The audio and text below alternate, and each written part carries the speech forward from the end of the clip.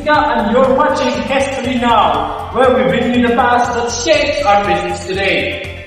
Today's top story, agrarian reform. Ano nga ba ito at bakit ito mahalaga sa pag-unlad ng bansa? Stay tuned as our field reporter gives us a closer look straight from the farmlands.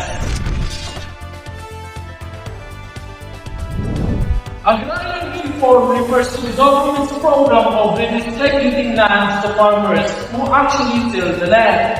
It includes giving them support services such as equipment, training, loans, and infrastructures. Sa madaling salita, hindi lang ito simpleng pamimigay ng lupa. It's about giving farmers ownership, opportunity, and equal rights. But why is agrarian reform important? Here are the key reasons. Number 1, reduces poverty. Most of the poor in the Philippines are farmers, lupang kabuhayan. Number 2, promotes social justice. It corrects unfair land ownership patterns since the Spanish colonial period. Number 3, it strengthens the economy when farmers own land. They produce more, boosting food supply. Number 4, empowers rural communities. It helps improve roads, schools, and local businesses.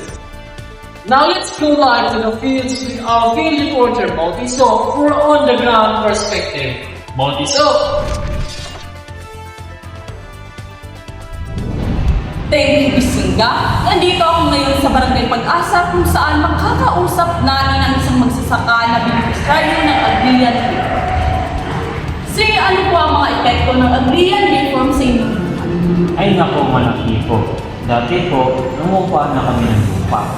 Ngayon, sa ilalim ng agrarian reform, amin ang mismong lupa ang sinasaka namin.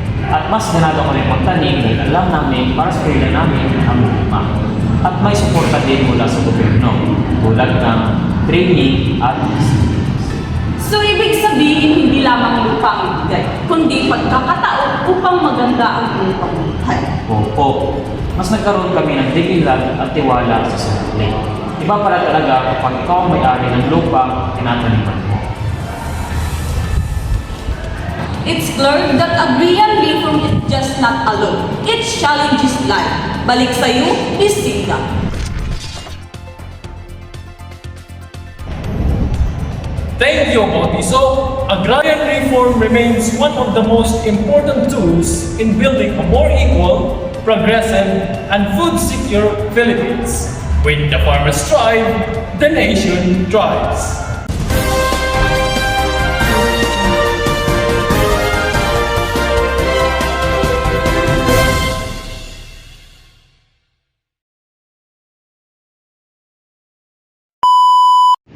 Thank you, Bisingka. Nandito ako ngayon sa...